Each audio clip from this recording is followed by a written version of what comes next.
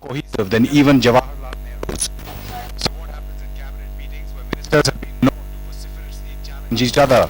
Dr. Singh said, I encourage each one to speak and then I sum up the views of the cabinet.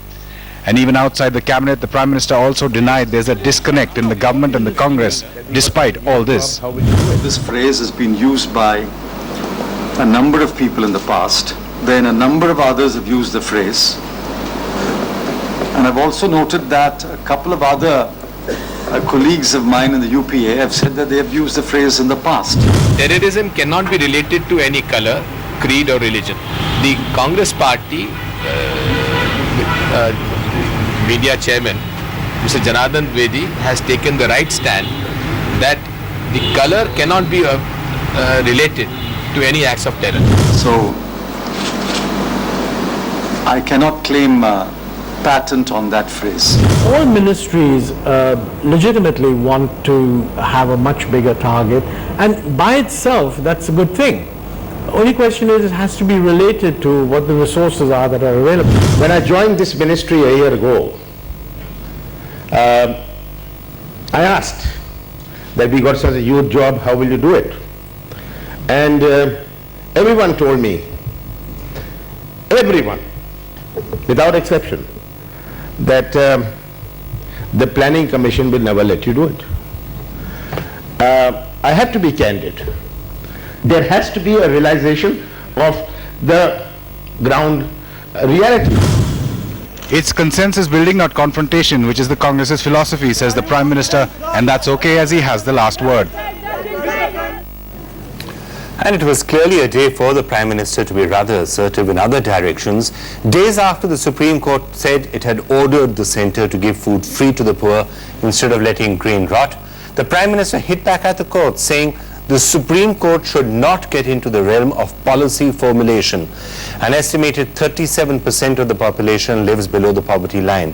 How can free food be given to such a large number of people?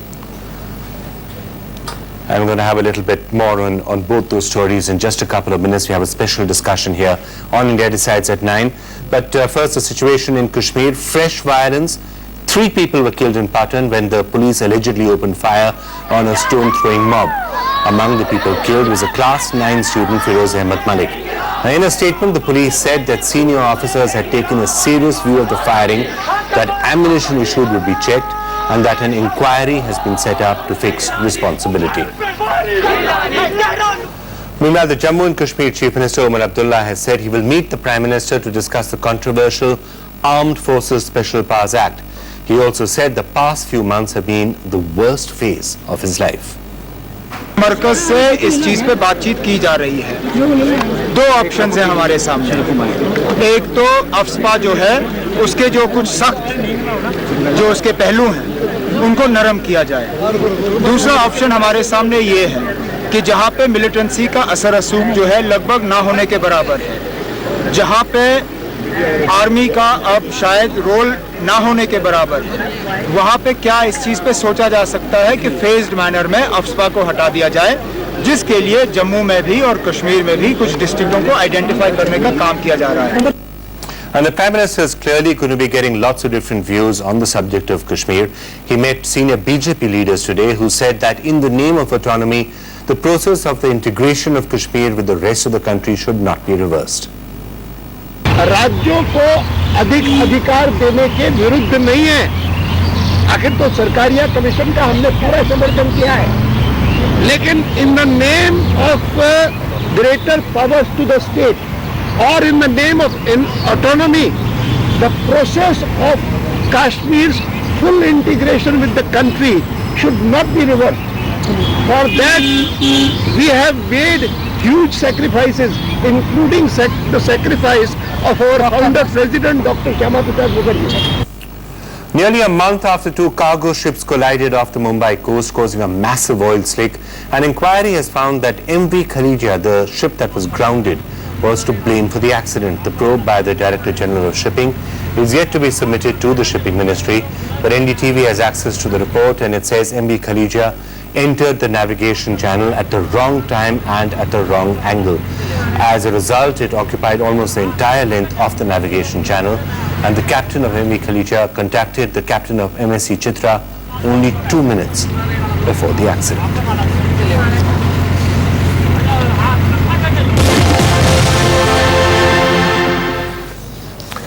Right, it's time now to turn our attention to some of what the Prime Minister actually said today. First of all, on not being able to silence his squabbling ministers, and secondly, on the fact that the Supreme Court shouldn't get into policy matters. We're being joined by Prakash Javadekar, by Vinod Mehta, Abhishek Singhvi also joining us in just a couple of minutes. But Vinod Mehta, let me just start with you. Prime Minister saying that ministers and cabinets in the Congress party in particular always squabble. It's happened from the time of Nehru and Patel, and there's nothing wrong with it. Would you agree with that? Vikram, can I just say first of all that it was a very impressive performance by the Prime Minister. He was by turns frank, cordial, relaxed, jovial, didn't look like a man who's walking into the sunset. Now the primary purpose of this editors' meet was to counter accusations that there is a disconnect between the party and the government, that the Prime Minister has lost control of his ministers, etc., etc. And he answered all those questions very well and very frankly. He said that these are all grown men, I can't make them shut up. And he in fact said this shows how democratic the government is. Okay. But there's a problem, Vikram. The problem is this, that whether you believe the Prime Minister or not, he spoke with some conviction. This explanation has come 3 weeks too late, because for the last 3 weeks on your channel and other media, the government and the Prime Minister specifically has been taking a hammering. Right. And I wish that this meet that he had today should have been held 3 weeks ago. I'm not saying that nobody would have made the charges still, Okay. but we would have been in a better position to assess the Prime Minister's mind. So as usual, the government does things rather late, and this exercise in damage limitation might go waste because the timing was all wrong. Okay, Prakash Javadekar, do you agree with the substantive point? We heard what Vinod said about the timing of this, but the substantive point that was made by the Prime Minister, in a democracy there's nothing wrong with cabinet ministers disagreeing with themselves, with each other. Do you think that's a fair comment? I mean, you've of course, the NDA also saw some of this when you were in power. See, issue is not the difference of opinion, but what that difference of opinion is leading to. Two cases in point. A Naxalite, the approach towards Naxalite. In the public domain, when the two ministers and the party and the ministers have a conflicting view expressed, it demoralizes security forces fighting the Naxalite, and the Naxalite gets moral booster. Right. Same is the story about Kashmir. When you put up your differences in public domain, and because of the differences you cannot have a clear-cut strategy, the separatists are emboldened, and poor security people get demoralized. Okay, let me just throw that should not happen.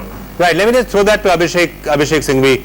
Abhishek, at the end of the day, there is a difference, I guess, from the time of Nehru and Patel, that they did not function in a time of 24-hour news channels, and maybe some of the differences didn't get amplified to quite the same extent as they do right now. And I guess it's fine for ministers to be disagreeing with each other in a cabinet meeting. In fact, it's probably positively to be encouraged. But so much differences out in the public, does that do away with the entire concept of collective responsibility? I think that's a highly exaggerated notion, largely present because we have now forms of transparency and media dissemination which make one feel that everything is collapsing at that moment.